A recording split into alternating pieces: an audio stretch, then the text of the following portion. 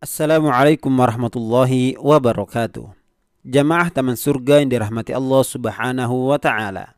Malam nisfu Sya'ban termasuk tema yang tak lepas dari pembahasan khilafiyah di kalangan para ulama. Terutama soal keutamaan malam nisfu Sya'ban dan keutamaan menghidupkan malam nisfu Sya'ban dengan ibadah-ibadah tertentu. Malam nisfu Sya'ban adalah malam mulia menurut sebagian kalangan, sehingga mereka pun mengkhususkan amalan-amalan tertentu pada malam tersebut. Lalu benarkah malam nisfu Sya'ban mempunyai keutamaan tertentu dibandingkan dengan malam-malam di bulan lainnya? Dan apakah Rasulullah SAW melakukan ibadah-ibadah tertentu di malam nisfu Sya'ban?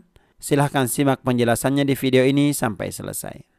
Jamaah taman surga yang dirahmati Allah Subhanahu wa ta'ala. Nisfu artinya pertengahan. Malam nisfu Sya'ban artinya malam pertengahan di bulan Sya'ban. Kalau kita rujuk kepada kalender Hijriyah, maka malam itu akan jatuh pada tanggal 14 Sya'ban. Karena pergantian tanggal sesuai dengan penanggalan Hilaliyah atau yang menggunakan patokan rembulan adalah saat matahari terbenam atau malam tiba. Ada beberapa riwayat yang sahih tentang keutamaan memperbanyak puasa di bulan Sya'ban, akan tetapi tanpa mengkhususkan sebagian hari-harinya. Di antaranya hadis dari Aisyah radhiyallahu anha. Aku tidak pernah sekalipun melihat Rasulullah SAW menyempurnakan puasa 1 bulan kecuali pada bulan Ramadan. Dan aku pun tidak pernah melihat beliau banyak berpuasa dalam suatu bulan kecuali pada bulan Sya'ban. Beliau berpuasa pada kebanyakan hari di bulan Sya'ban. Hadis riwayat Al-Bukhari dan Muslim. Adapun pengkhususan hari-hari tertentu pada bulan Sya'ban untuk berpuasa atau qiyamul lail seperti pada malam nisfu Sya'ban, maka hadis-hadisnya lemah, bahkan rajatnya ada yang palsu. Berikut ini adalah contoh hadis yang populer di masyarakat tentang keutamaan malam nisfu Sya'ban dan amalan pada malam nisfu Sya'ban. Jika datang malam pertengahan bulan Sya'ban, maka lakukanlah qiyamul lail dan berpuasalah di siang harinya. Karena Allah Subhanahu wa ta'ala turun ke langit dunia saat itu, pada waktu matahari tenggelam. Lalu Allah Subhanahu wa ta'ala berfirman, "Adakah orang yang minta ampun kepadaku?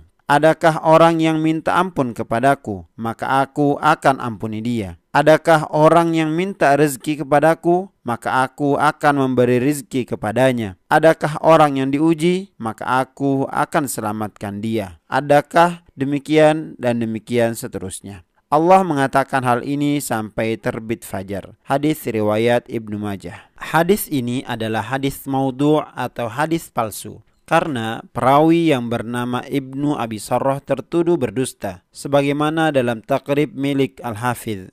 Imam Ahmad dan gurunya Ibnu Ma'in berkata tentangnya, dia adalah perawi yang memalsukan hadis. Maka dari sini dapat kita ketahui bahwa tentang keutamaan menghidupkan malam nisfu Sya'ban dan berpuasa di siang harinya tidaklah sah dan tidak bisa dijadikan hujjah. Namun beberapa ulama yang masyhur juga berpendapat bahwa tidak ada larangan untuk berkumpul dan berjamaah di masjid kalau tujuannya untuk beribadah, bukan karena mengejar keistimewaan seperti yang tersebut di dalam hadis di atas.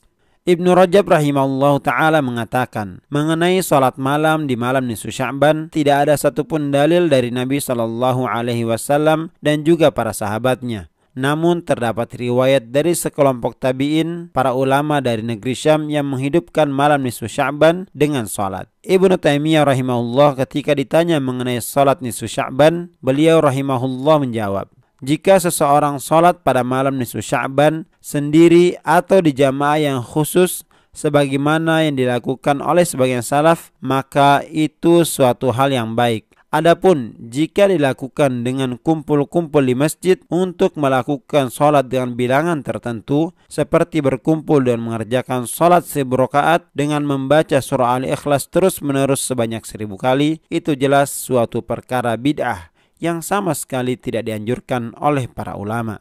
Ibnu Taimiyah juga mengatakan, adapun tentang keutamaan malam nisfu Sya'ban terdapat beberapa hadis dan athar. Juga ada nukilan dari beberapa ulama salaf bahwa mereka melaksanakan sholat pada malam tersebut. Jika seseorang melaksanakan sholat seorang diri ketika itu, jika seseorang melakukan sholat sendirian di malam itu, maka ia telah ada contohnya di masa lalu dari beberapa ulama salaf. Inilah yang dijadikan sebagai pendukung sehingga tidak perlu untuk diingkari. Jamaah Taman Surga yang dirahmati Allah Subhanahu wa Ta'ala, terdapat beberapa hadis yang menunjukkan keutamaan malam nisfu Sya'ban. Ada yang sahih, ada yang dhaif, bahkan ada yang sampai derajatnya hadis palsu. Berikut ini beberapa hadis tentang keutamaan malam nisfu Sya'ban yang populer di masyarakat.